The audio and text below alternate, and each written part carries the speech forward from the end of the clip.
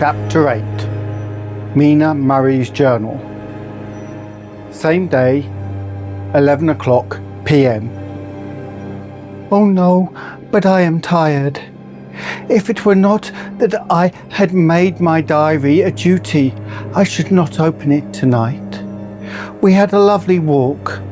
Lucy, after a while, was in gay spirits, owing, I think, to some dear cows who came along nosing towards us in a field close to the lighthouse and frightened the wits out of us. I believe we forgot everything except, of course, personal fear, and it seems to wipe the slate clean and give us a fresh start. We had a capital severe tea at Robin Hood's Bay in a sweet little old-fashioned inn with a bow window right over the seaweed-covered rocks of the Strand. I believe we should have shocked the new women with our appetites. Men are more tolerant, bless them. Then we walked home with some, or rather many stoppages to rest, and with our hearts full of a constant dread of wild bulls. Lucy was really tired, and we intend to creep off to bed as soon as we could. The young curate came in, however, and Mrs. Westenra asked him to stay for supper. Lucy and I had both a fight for it with the dusty miller. I know it was a hard fight on my part, and I am quite heroic. I think that someday the bishops must get together and see about breeding up a new class of curates who don't take supper, no matter how they may be pressed to, and who will know when girls are tired. Lucy is asleep and breathing softly. She has more colour in her cheeks than usual and looks, oh, so sweet.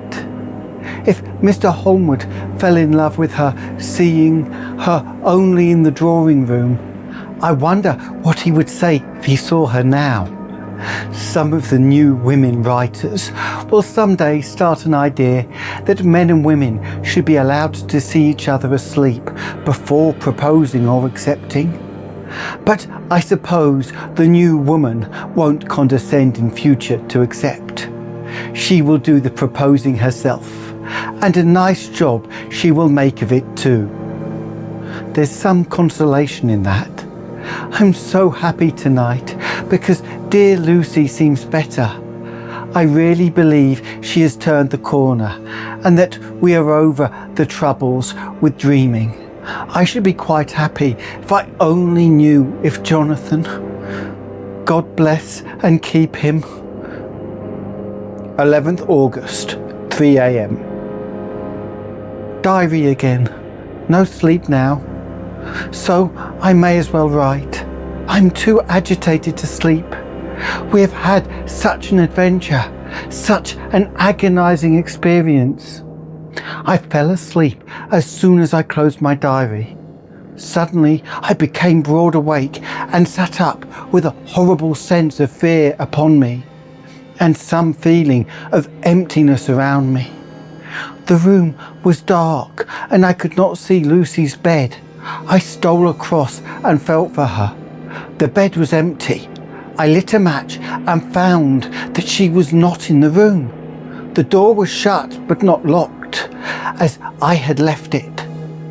I feared to wake her mother, who has been more than usually ill lately, so threw on some clothes and got ready to look for her. As I was leaving the room, it struck me that the clothes she wore might give me some clue to her dreaming intention. Dressing gown would mean house. Dress, outside. Dressing gown and dress were both in their places.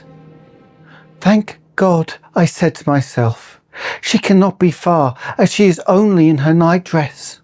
I ran downstairs and looked in the sitting room. Not there. Then I looked in all the other open rooms of the house, with an ever-growing fear chilling my heart. Finally, I came to the hall door and found it open. It was not wide open, but the catch of the lock had not caught.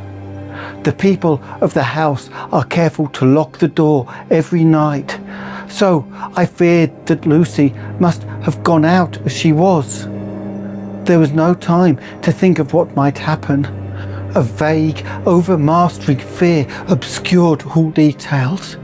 I took a big, heavy shawl and ran out. The clock was striking 1 as I was in the crescent, and there was not a soul in sight. I ran along the north terrace, but could see no sign of the white figure which I had expected.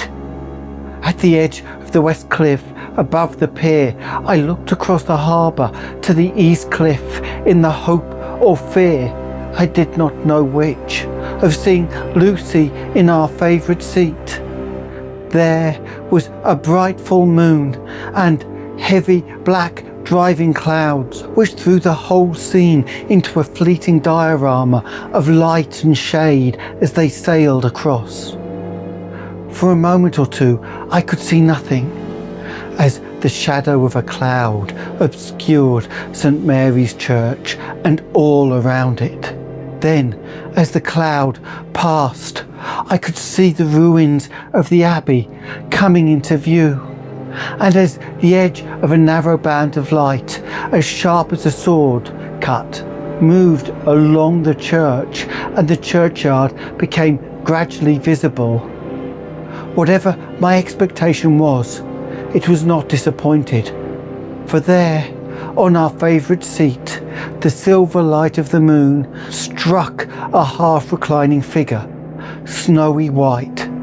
The coming of the cloud was too quick for me to see much, for shadow shut down on light almost immediately.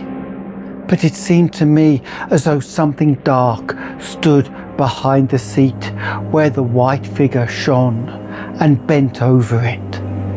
What it was, whether man or beast, I could not tell. I did not wait to catch another glance, but flew down the steep steps to the pier and along the fish market to the bridge, which was the only way to reach the east cliff.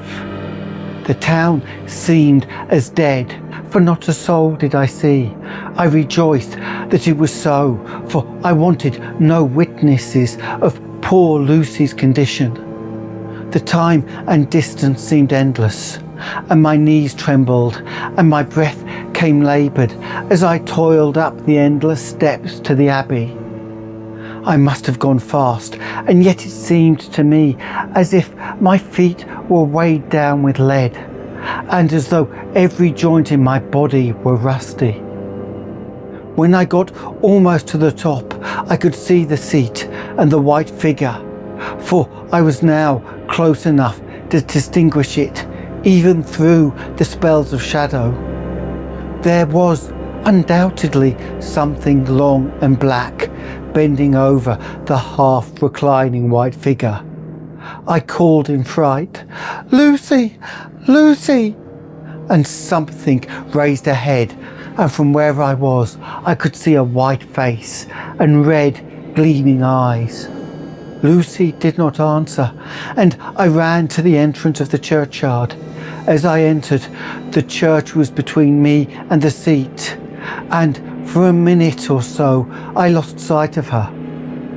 When I came in view again, the cloud had passed, and the moonlight struck so brilliantly that I could see Lucy half reclining with her head laying over the back of the seat. She was quite alone, and there was not a sign of any living thing about. When I bent over her, I could see that she was still asleep. Her lips were parted, and she was breathing. Not softly as usual with her, but in long, heavy gasps, as though striving to get her lungs full at every breath.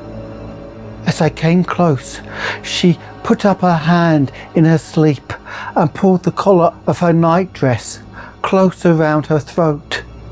Whilst she did so, there came a little shudder through her, as though she felt the cold. I flung the warm shawl over her and drew the edges tight round her neck, for I dreaded lest she should get some deadly chill from the night air, unclad as she was. I feared to wake her all at once, so in order to make my hands free that I might help her, I fastened the shawl at her throat with a big safety pin. But I must have been clumsy in my anxiety and pinched or pricked her with it, for by and by, when her breathing became quieter, she put her hand to her throat again and moaned.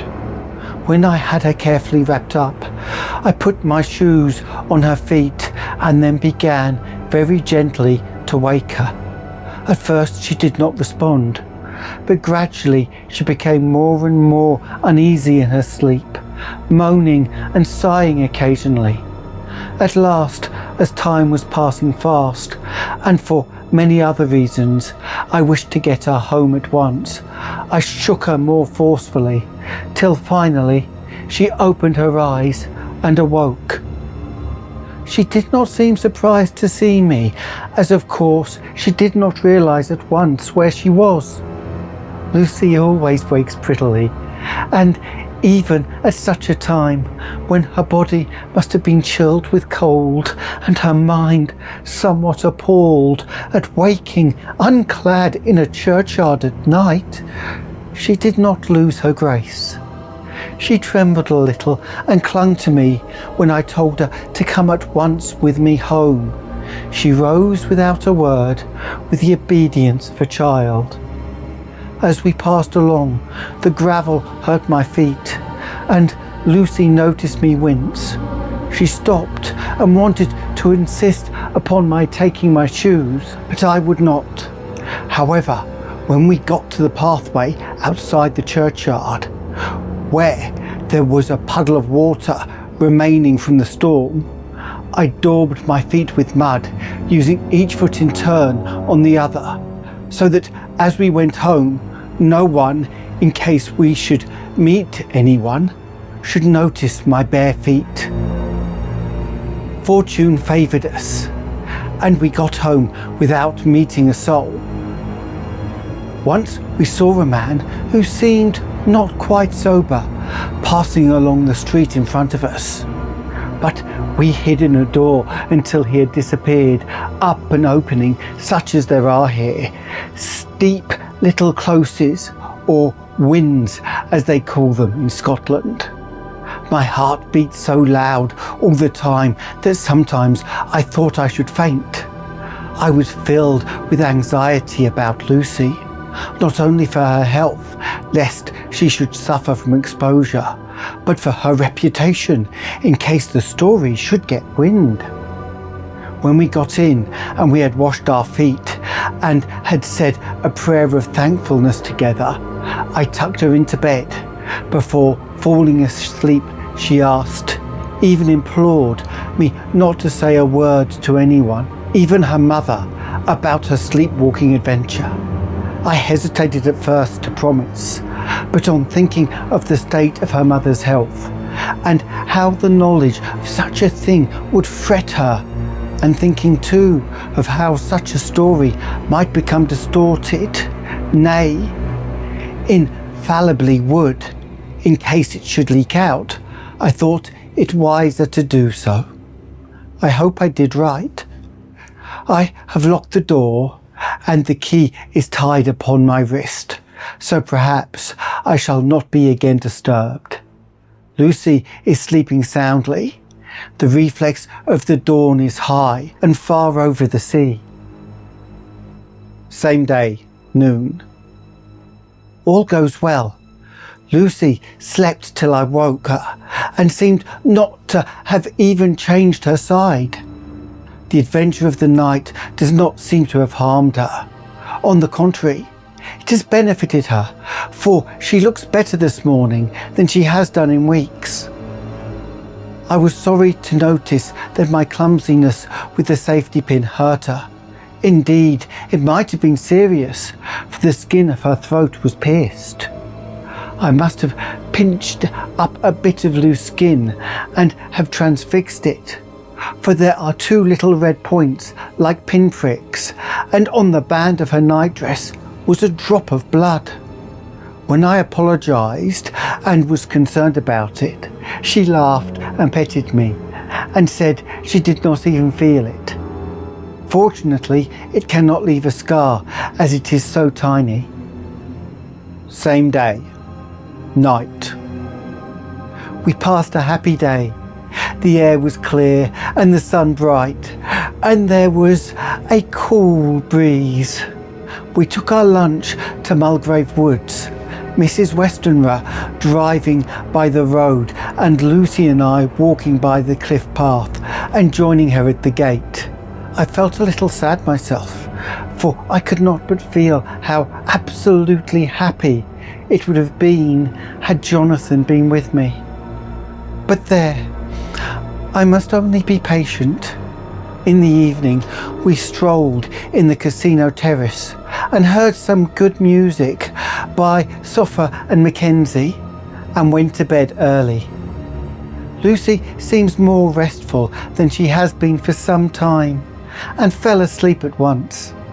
I shall lock the door and secure the key the same as before, though I do not expect any trouble tonight. 12th August. My expectations were wrong, for twice during the night I was wakened by Lucy trying to get out. She seemed, even in her sleep, to be a little impatient at finding the door shut, and went back to bed under a sort of protest. I woke with the dawn and heard the birds chirping outside the window.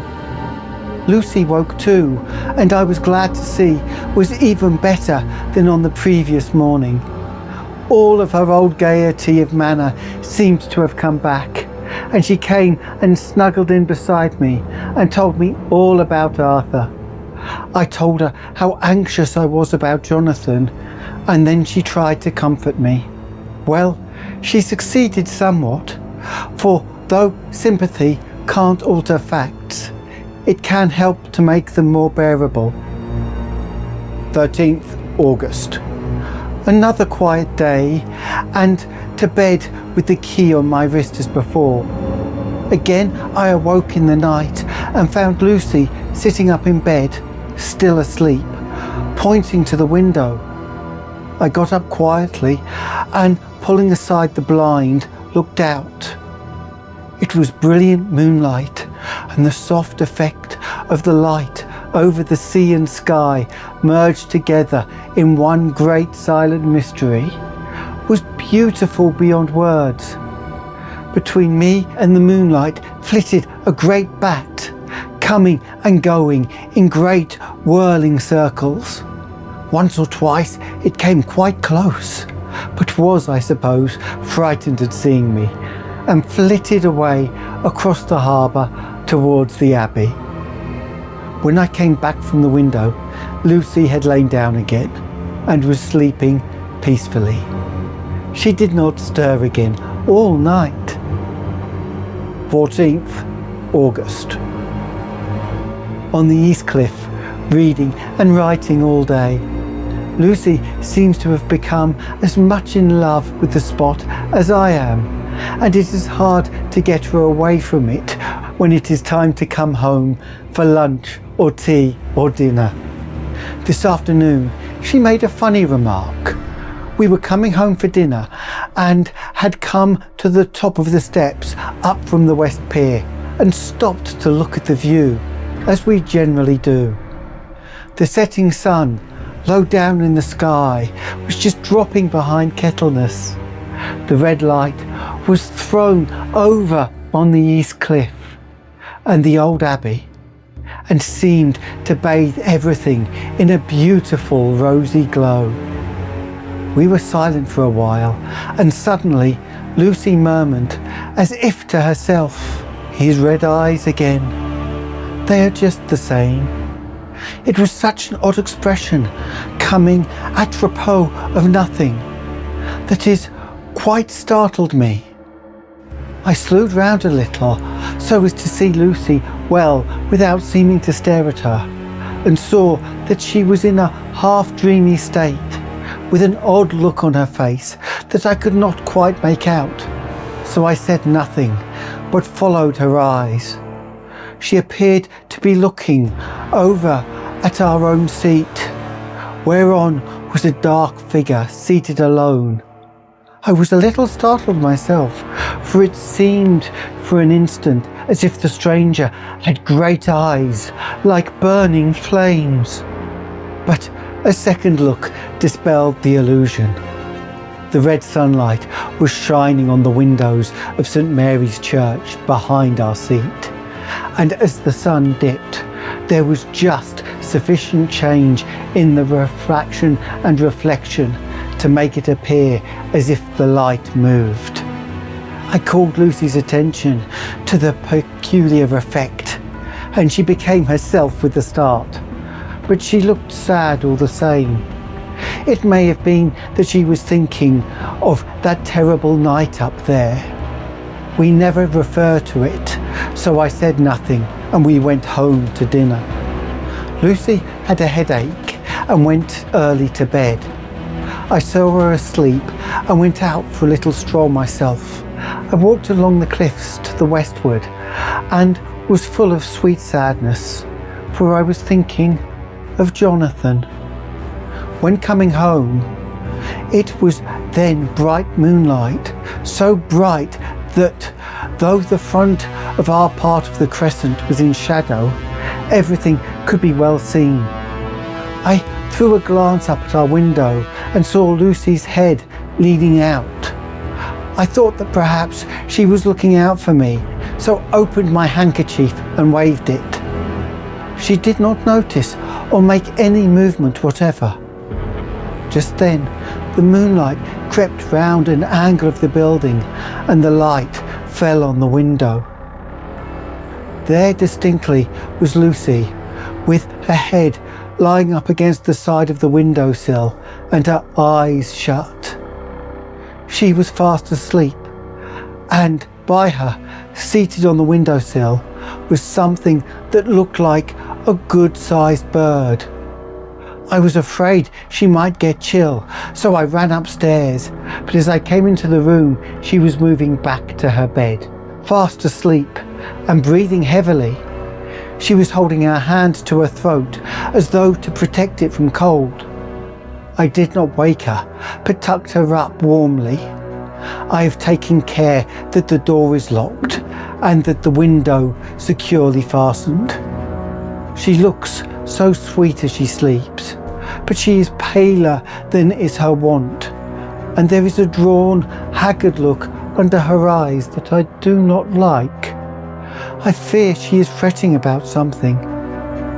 I wish I could find out what it is. 15th August. Rose later than usual. Lucy was languid and tired and slept on after we had been called. We had a happy surprise at breakfast. Arthur's father is better and wants the marriage to come off soon. Lucy is full of quiet joy, and her mother is glad and sorry at once. Later on in the day, she told me the cause. She is grieved to lose Lucy as her very own, but she is rejoiced that she is soon to have someone to protect her. Poor dear sweet lady. She confided to me that it has got her death warrant. She has not told Lucy and made me promise secrecy. Her doctor told her that within a few months at most she must die, for her heart is weakening. At any time, even now, a sudden shock would be almost sure to kill her. We were wise to keep from her the affair of the dreadful night of Lucy's sleepwalking. 17th August. No diary for 2 whole days. I've not had the heart to write. Some sort of shadowy pall seems to be coming over our happiness. No news from Jonathan, and Lucy seems to be growing weaker whilst her mother's hours are numbering to a close. I do not understand Lucy's fading away as she is doing. She eats well and sleeps well and enjoys the fresh air. But all the time the roses in her cheeks are fading, and she gets weaker and more languid day by day.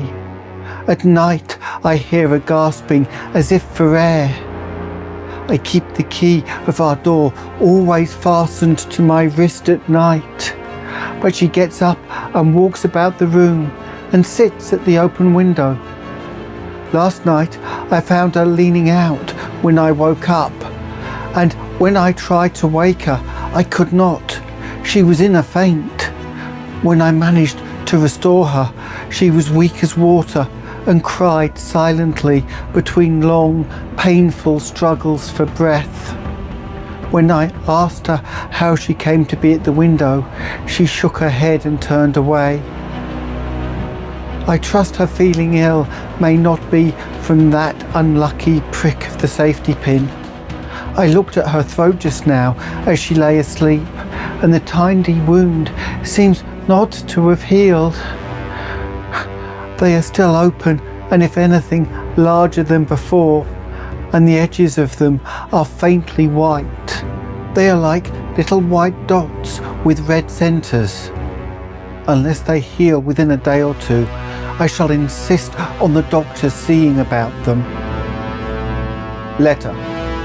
Samuel F. Billington and Son, Solicitors, Whitby, to Messrs. Carter, Patterson and Co., London. 17th August. Dear Sirs, herewith please receive invoice of goods sent by Great Northern Railway. The same are to be delivered at Carfax, near Purfleet, immediately on receipt at Goods Station, King's Cross. The house is at present empty, but enclosed please find keys, all of which are labelled. You will please deposit the boxes, 50 in number, which form the consignment, in the partially ruined building forming part of the house and marked A on the rough diagram enclosed. Your agent will easily recognise the locality as it is the ancient chapel of the mansion. The goods leave by the train at 9:30 tonight and will be due at King's Cross at 4:30 tomorrow afternoon. As our client wishes the delivery made as soon as possible, we shall be obliged by your having teams ready at King's Cross at the time named and forthwith conveying the goods to the destination.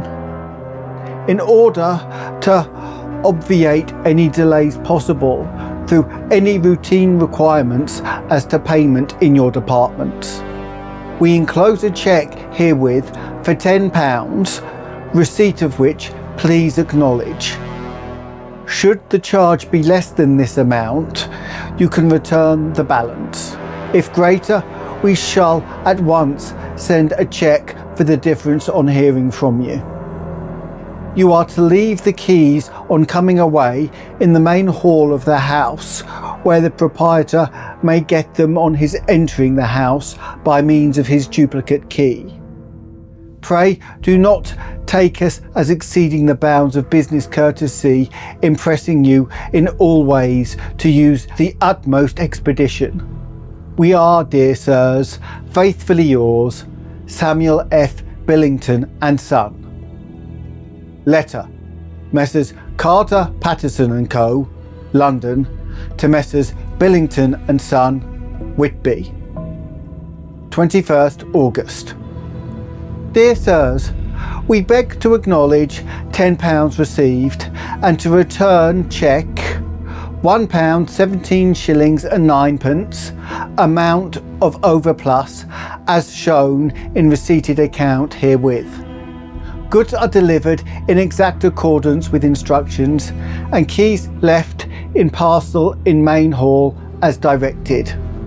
We are, dear sirs, yours respectfully, Pro Carter Patterson and Co. Mina Murray's Journal, 18th August. I am happy today to write sitting on the seat in the churchyard. Lucy is ever so much better. Last night she slept well all night and did not disturb me once. The roses seem coming back already to her cheeks, though she is still sadly pale and wan-looking. If she were in any way anemic, I could understand it, but she is not. She is in gay spirits and full of life and cheerfulness. All the morbid reticence seems to have passed from her, and she has just reminded me, as if I needed any reminding, of that night that it was here on this very seat I found her asleep. As she told me, she tapped playfully with the heel of her boot on the stone slab and said, "My poor feet didn't make much noise then."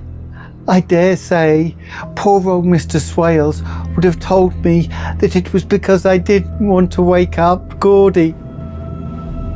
As she was in such a communicative humour, I asked her if she had dreamt at all that night. Before she answered, that sweet puckered look came into her forehead, which Arthur, I call him Arthur from her habit, says he loves, and indeed I don't wonder that he does. Then she went on in a half-dreaming kind of way, as if trying to recall it to herself. "I didn't quite dream, but it all seems to be real. I only wanted to be here, in this spot. I don't know why, for I was afraid of something. I don't know what. I remember though, I suppose I was asleep, passing through the streets and over the bridge. A fish leapt as I went by, and I leaned over to look at it, and I heard a lot of dogs howling. The whole town seemed as if it must be full of dogs, all howling at once. As I went up the steps, then I had a vague memory of something long and dark, with red eyes, just as we saw in the sunset, and something very sweet and very bitter all around me at once. And then I seemed sinking into deep green water, and there was a singing in my ears, as I have heard there is to a drowning man. And then everything seemed passing away from me. My soul seemed to go out from my body and float about in the air.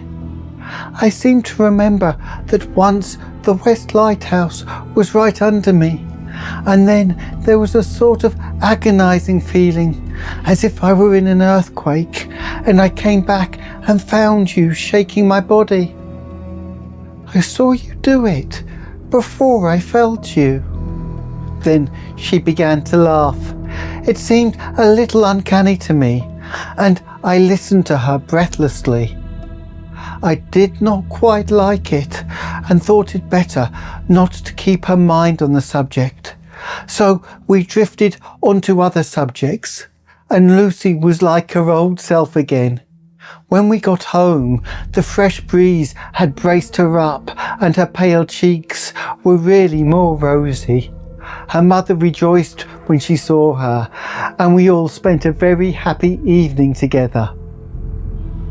19th August. Joy, joy, joy, although not all joy.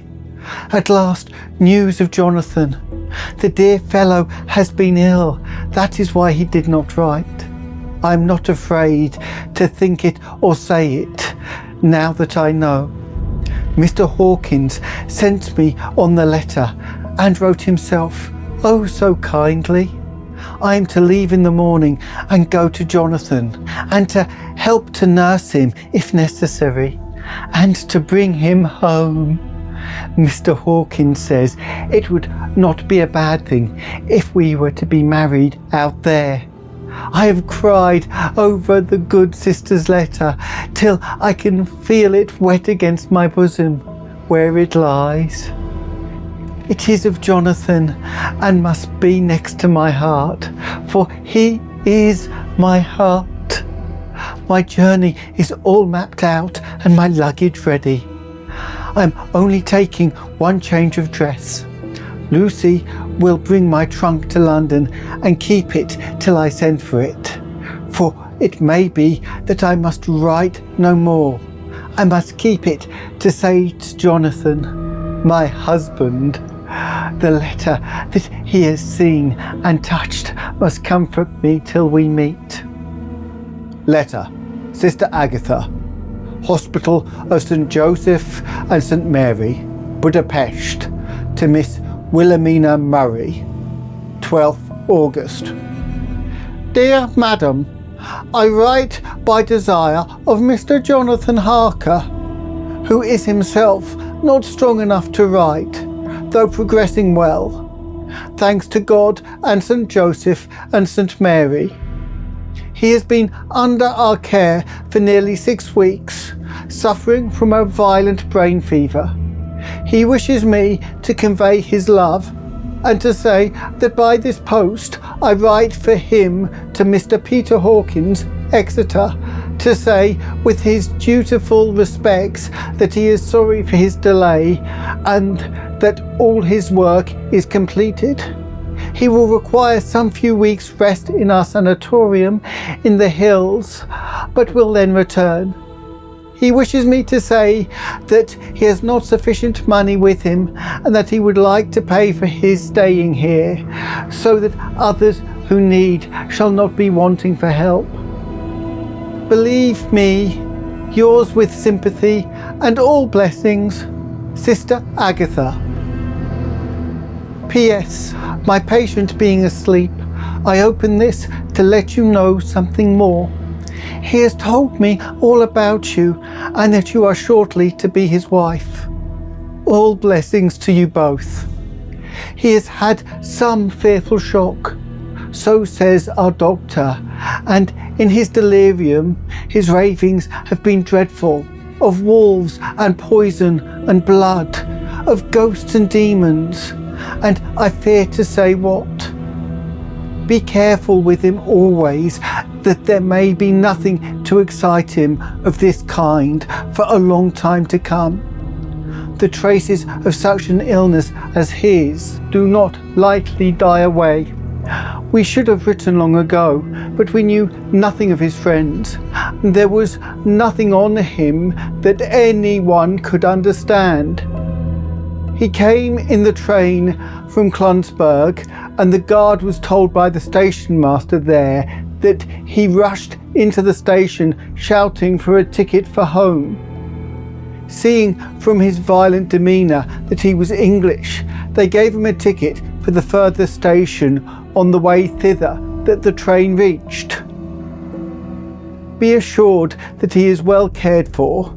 He has won all the hearts by his sweetness and gentleness. He is truly getting on well, and I have no doubt will in a few weeks be all himself. But be careful of him for safety's sake. There are, I pray God and St. Joseph and St. Mary, many, many happy years for you both.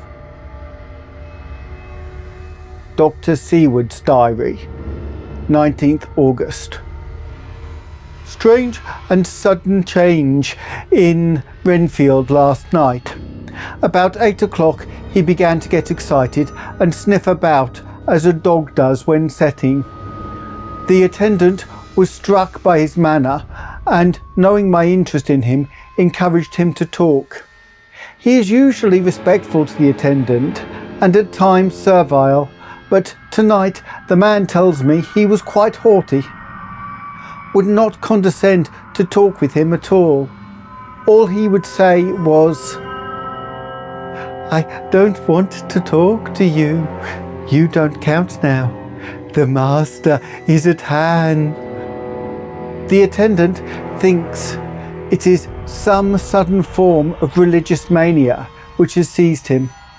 If so, We must look out for squalls, for a strong man with homicidal and religious mania at once might be dangerous.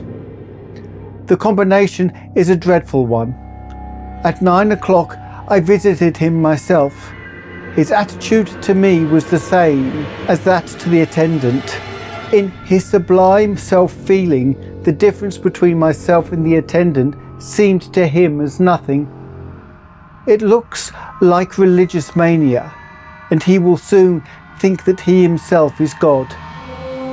These infinitesimal distinctions between man and man are too paltry for an omnipotent being.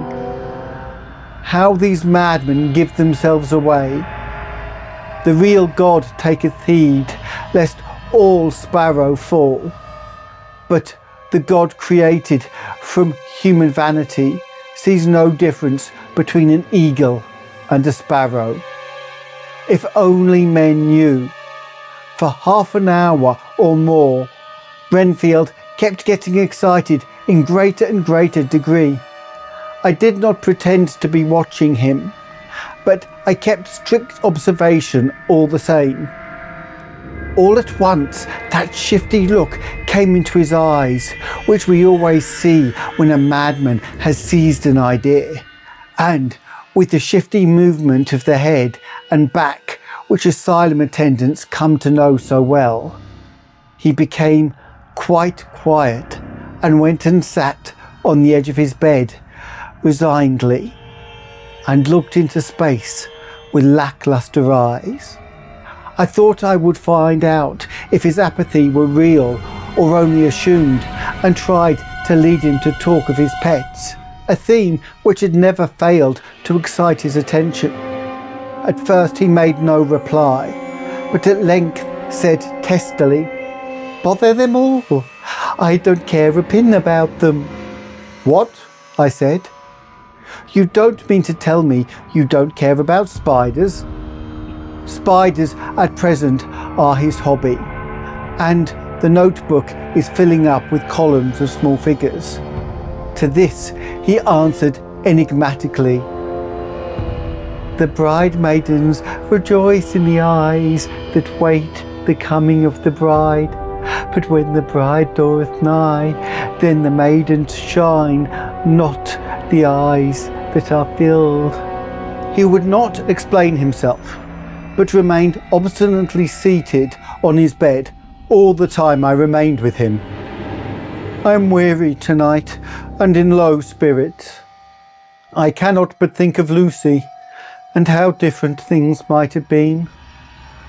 If I don't sleep at once, chloral, the modern Morpheus. Oh, I must be careful not to let it grow into a habit. No, I shall take none tonight. I have thought of Lucy and shall not dishonour her by mixing the two. If needs be, tonight shall be sleepless. Later. Glad I made the resolution, gladder that I kept to it. I had lain tossing about and had heard the clock strike only twice, when the night watchman came to me, sent up from the ward to say that Renfield had escaped. I threw on my clothes and ran down at once. My patient is too dangerous a person to be roaming about. Those ideas of his might work out dangerously with strangers. The attendant was waiting for me. He said the man had seen him not 10 minutes before, seemingly asleep in his bed, when he had looked through the observation trap in the door. His attention was called by the sound of the window being wrenched out.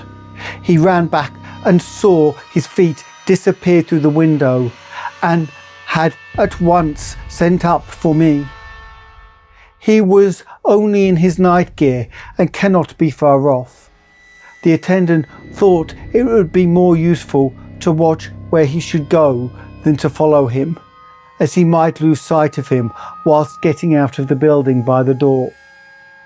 He's a bulky man and couldn't get through the window. I am thin, so with his aid I got out, but feet foremost, and, as we were only a few feet above the ground, landed unhurt. The attendant told me the patient had gone to the left and had taken a straight line, so I ran as quickly as I could. As I got through the belt of trees, I saw the white figure scale the high wall which separates our grounds from those of the deserted house.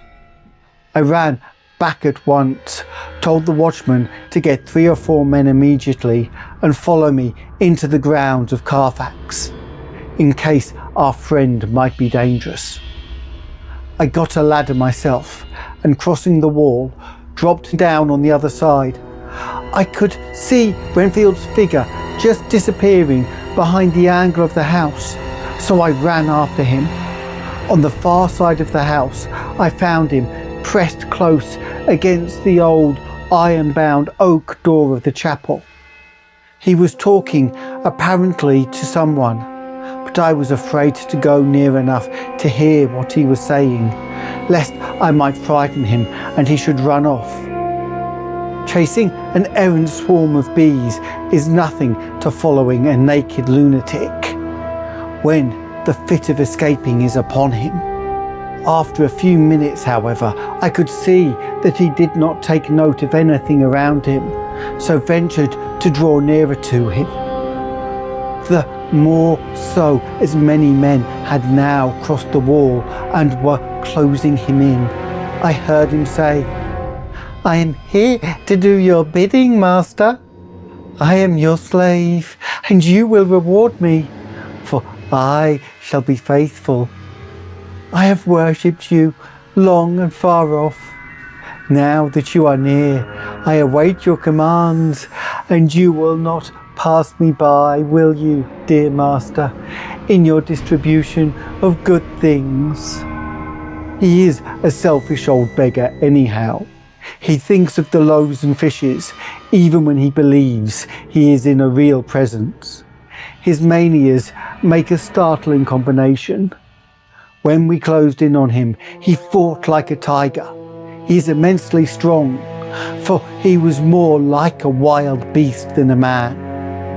I never saw a lunatic in such a paroxysm of rage before, and I hope I shall not again. It is a mercy that we have found out his strength and his danger in good time. With strength and determination like his, he might have done wild work before he was caged. He is safe now at any rate. Jack Shepherd himself could not get free from the strait waistcoat that keeps him restrained, and he's chained to the wall in the padded room. His cries are at times awful, but the silences that follow are more deadly still, for he means murder in every turn and movement. Just now he spoke coherent words for the first time. "I shall be patient, master. It is coming, coming, coming." So I took the hint and came to. I was too excited to sleep, but this diary has quieted me, and I feel I shall get some sleep tonight. So ends Chapter 7 of Dracula. If you enjoyed the tale, it really helps us if you let others know. So please click the like button and share with anyone that may be interested. Subscribing will let you travel with us on further adventures of the dark and terrible, with the bell notifying you as we set off. If you want to be part of our Eldritch Order on Discord, come join us on YouTube or Patreon and help guide the choice of stories. See the description for details of the Patreon and for a link to Canje Studios to find out about modern board games where you can create your own dark and terrible stories. Until next time, farewell, But remember, those that act strangely are not enemies, and those that seem kind are not friends.